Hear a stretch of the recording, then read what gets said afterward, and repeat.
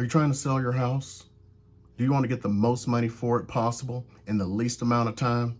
Stand by, and I'm going to have a tale for you and help you get that house sold for the most amount of money in the least amount of time. Well, it's your boy Nuke here in Las Vegas, and I've done several videos where I've talked about what you need to do to get your house sold. So today, I had a very personal experience, and I say extremely personal experience. So without getting very deep into it, but a little deep, let's talk about it and you'll understand what's going on. So first of all, I had a relative who recently passed from the virus that shall not be named. You know what? I don't care. I don't monetize COVID-19. That gets into some other issues. The thing is, the family members are trying to sell properties. So I put them in contact with a good agent in their location. And I got a call today. And one day, the family member may, of course, see this. And I'm telling you, sometimes people don't want to hear what the truth is. I'm putting this out for other folks. So when you look at this, it's not against you. I see this all day long. If you look at the rest of my videos, you'll see that.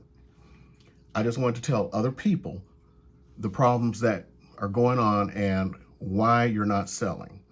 So, number one, pricing. I was able to go into that simple little tool called Zillow, because I don't have the MLS up in that state. And I was able to tell that they possibly overpriced it. And talking to the agent, the family member wanted to price it even higher, quite a bit higher. That's mistake number one. Never overprice your property. If you overprice, people are not going to come and see the property. So you've already reduced the number of people who are going to see it. On top of that, you're reduced the chance of you getting multiple offers and more money. I'm going to go aside for just a moment and talk about two properties that I took a listing on this year within a week of each other. One seller wanted to price higher. I was able to convince them by talking about how the market actually works to price it where it's supposed to be. The other seller would not listen. They wanted to price at the absolute max, talking about, they need this money for whatever. I hear that all the time. Property where they priced it correctly sold for almost $60,000 over list price. Over. It sold in one day with multiple offers.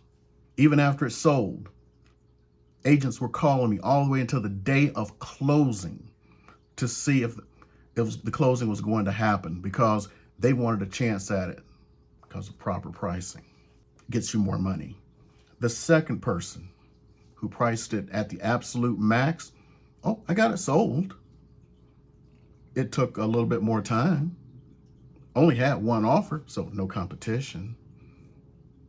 Because competition drives price.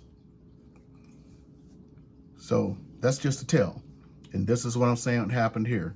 Talking to the agent, it was already just a slight bit overpriced. And then that family member wanted to price it even higher. Biggest mistake ever. The next issue has to do with showing. So without getting into that they said situation, the agent said that the family member wanted to be there for every showing. Now I talked to the family member and they said they did not say that. So they said they just wanted notification that someone was coming. I don't know who said what. I'm not getting into that. What I do know is when you are at the showing, you have drastically reduced the chance of selling the house and the amount of money that you're going to get. You must be away from the house. If you don't want a lockbox on your house, great, fine.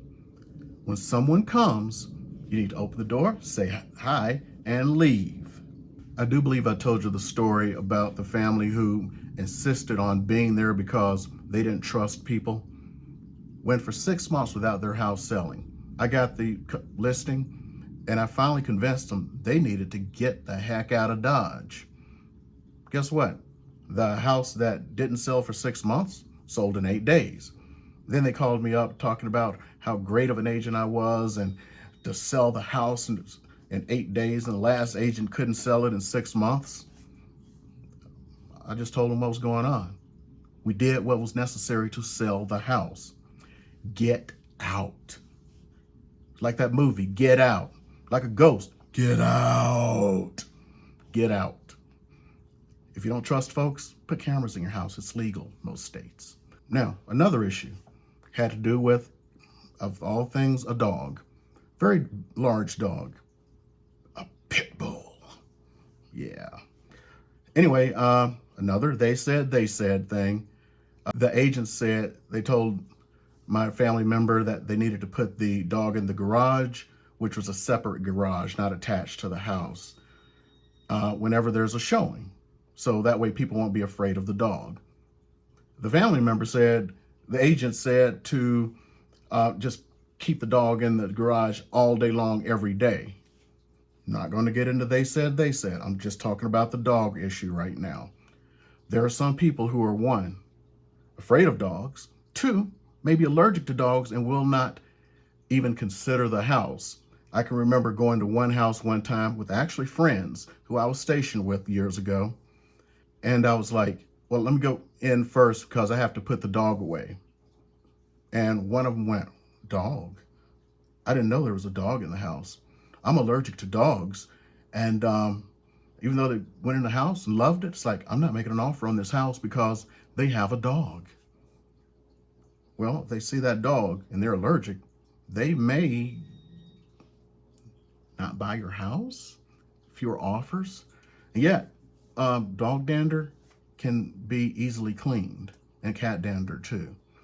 So it's the perception that goes into their minds. You're trying to sell your home for the most in the fastest amount of time. I hate to say this. There's this thing called a kennel. You may have to keep your dog there for a week. But guess what? It'll only be that week because the house will be sold. If not that weekend, especially in hot markets, if you price it right and leave. Get out. So now I'm going to tell you about two stories. One was a listing I had. It was a gorgeous house, had tennis courts, the whole 9 yards. House was actually vacant, with the exception of some residents. Had 2 dogs, 2 large dogs. Why are the dogs there? Are they guard dogs or something? No. The dogs lived there because the owner got married and the spouse had 2 little yappy dogs, and they were afraid that the big dogs would do something to the small dogs. So the dogs were kept in the nice house here. Well, an odor can arise from keeping dogs in the house, even though there's nothing else there. And the house, was not selling. And the seller, as we're at the house one day, goes, well, it seems like an agent would be getting all this feedback from all these people about what's going on and why my house isn't selling. And I go, I'm glad you mentioned that. I had a folder under my arm and I go, here's the feedback. Every feedback was the same. The house smelled like dog. Then he looks at me and goes, there's nothing wrong with the smell of this house. The dogs stay. By the way, that house never sold for years. But remember, all agents are idiots, which is what he was saying, that agents are keeping people away from his house. All agents are idiots. The smell of dog. Okay? So if you have dogs, keep them away. Put them in a kennel. Put them someplace. Air out the place. Here's that second story I promised you from the dog issue. It's an agent in South Carolina. He was talking about a house where the house wouldn't sell. And he goes up to meet the owner, and big dog comes out and greets him. Not saying a vicious dog, just a big dog. And he goes, you need to do something about the dog. You're frightening away all the potential sellers. So the seller listened to him. The house sold within a week when it didn't sell for 6 months prior. Sometimes we have to get out of our heads and think like the buyer, not the seller, not the owner. You have a product now that you're trying to sell and to present in the best way humanly possible. When you do that, you'll get that house sold quickly and for the most amount of money. Now, some of the other issues that were brought up in the they said conversation, I don't know, are really germane to helping you sell a house quickly and for the most amount of money. But the big ones I highlighted here. And the most important thing is I highlight some more stuff in the rest of my videos that you should be watching. So I have many videos on this. I don't just sit around going around and doing coffee shop tours and touring a neighborhood. I'm telling you how to, in this case, sell a house. And for buyers, how to buy a house to get that house that you need, especially in this trying time. So watch those videos.